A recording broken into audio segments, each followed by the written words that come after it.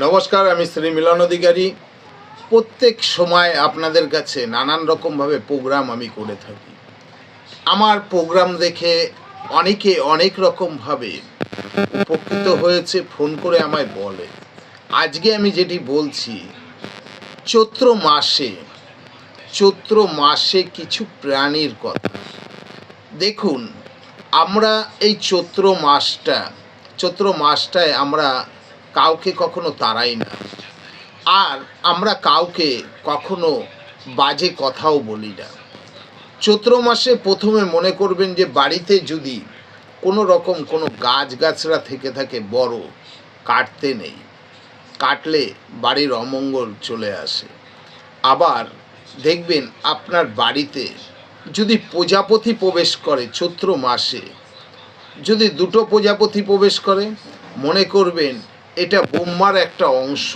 প্রজাপতি আপনার ঘরে শুভ লক্ষণ নিয়ে আসছে, তাই প্রজাপতিকে কখনো তাড়াবেন না।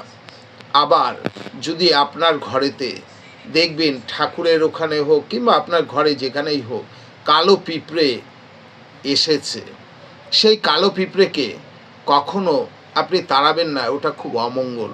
একটু চিনি দিয়ে দেবেন, ওরা ঠিক চলে যাবে। এই কালো পিঁপড়ে আসলে চৈত্র মাসে আপনার বাড়িতে যদি কোনো অবিবাহিত সন্তান থেকে থাকে, মনে করবেন আগামী দিনে তাদের বিবাহ যোগ শুরু হচ্ছে। যদি মৌমাছি আপনার বাড়িতে যদি মৌমাছি বাসা করে, মৌমাছিকে তাড়াবেন না।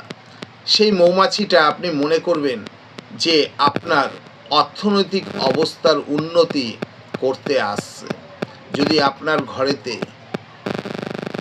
যদি মনে করেন যে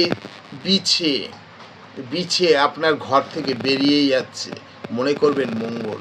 যদি মনে করেন যে আপনার রান্নাঘর পায়খানা বাথরুমে বিছে অনেক জমেছে, মনে করবেন রাহুর দোষ আপনার বাড়িতে প্রবেশ করেছে। আপনার বাড়িতে যদি কোনো হিজড়ে যদি এসে, আপনি কোথাও বেরোচ্ছেন কিংবা কিছু করছেন, হিজড়ে এসে যদি টাকা চায়, তাকে অবশ্যই দেবেন। মনে করবেন মা লক্ষ্মী প্রবেশ করছে।